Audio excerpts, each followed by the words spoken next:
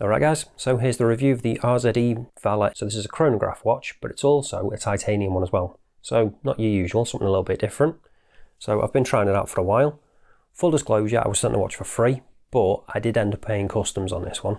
So to the UK, I ended up paying £65 customs. So if you live in the UK, you may end up paying that. Obviously, if you live in Europe or America or wherever, that's going to vary. But anyway, getting back to the watch. Is it worth picking up?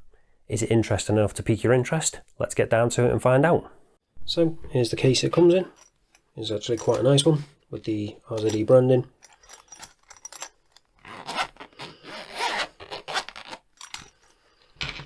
And then we've got the watch in there, and then we've got a few other little bits. Quickly talk about them first. So we've actually got a nice little sticker, if you want to use that. Obviously indicating that this is a titanium watch. Then we've got a little card just saying thank you. And then talking about their Instagram and stuff. And then we've got the branded cleaning cloth. So if you want to do the warranty and everything, you just scan that QR code, which is quite nice, do quite like that. So here's the watch itself, and it is a really good looking piece, this one I think. And then, as I said in the intro, this is actually a titanium case. So we've actually got a hardening coating on this as well, to stop it scratching, because if you've ever had a titanium watch before, you'll know they can actually scratch up a little bit if they don't have that. So that is a nice thing that they've added that. And then we've actually got drilled lugs on this as well. So that is a nice touch. We've also, as well, got quick release spring bars, which is good, because they do actually have a bracelet that goes with this as well. This is just a rubber strap, but it is a very nice premium rubber strap.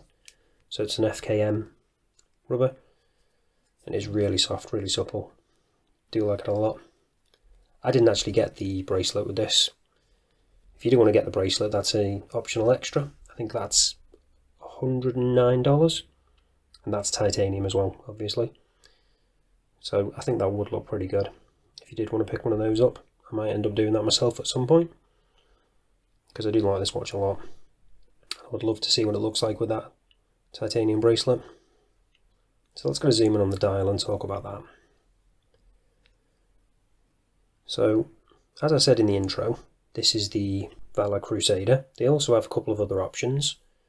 They have a vintage salmon, which is obviously a salmon coloured dial, and then they have a GT black, which is DLC coated with a black dial as well. So the finishing on this is really nice. I've actually got a bit of AR coating on that crystal as well, which is always good. So everything on this watch is titanium, pretty much.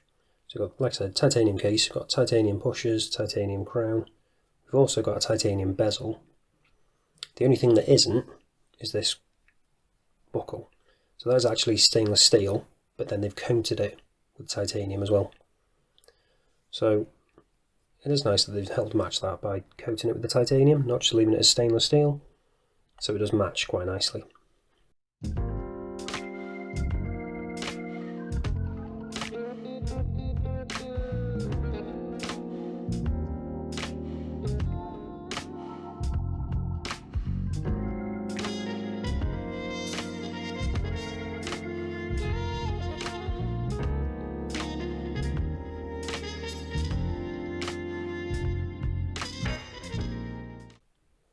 So as soon as we're zoomed in on here, let's talk about the dial in a bit more detail. So we've got applied indices, which have got quite a bit of height to them actually. Do quite like that. And then with those sub-dials, they're actually sunk below the rest of the dial. And then we've got the 24-hour indicator, and then the 60-minute. So that's because the movement in this one is a VK64, so that's a mecha quartz. So I'll show you that in action. There we go.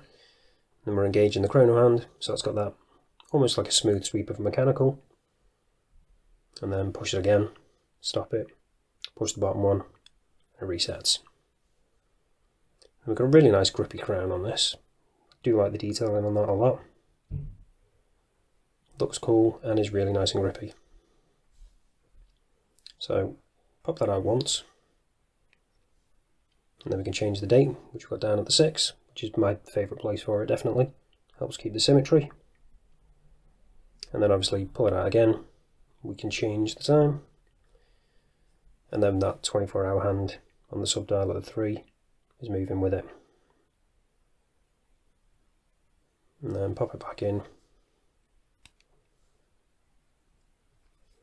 Nice and easy to screw down, no grittiness. So now let's get onto the measurements of this. So we've got a thickness of 12.3, diameter of 42, lug width of 20, and a lug to lug of 48.9, but those lugs do curve down quite considerably, so it does help conform to wrist quite well. And I'll show you that in a bit. Before we do, let's quickly test whether we've got sapphire crystal on this. Using the trusty diamond selector 2. And yep, we have got sapphire crystal, which is always good to have. Oh, I forgot to show you as well the case back on this. So it's basically sterile, but it's a screw down case back. And then, in fact, if I zoom in, there you go, it's telling you about that ultra hex coating on the titanium. Then we've got the reference number, the fact that it's sapphire crystal, 200 meter water resistance, and the VK64 movement. So now let's see what the lume's like on this. So you can see we've got a bit of lume there already, but let's charge it up, give it a proper chance.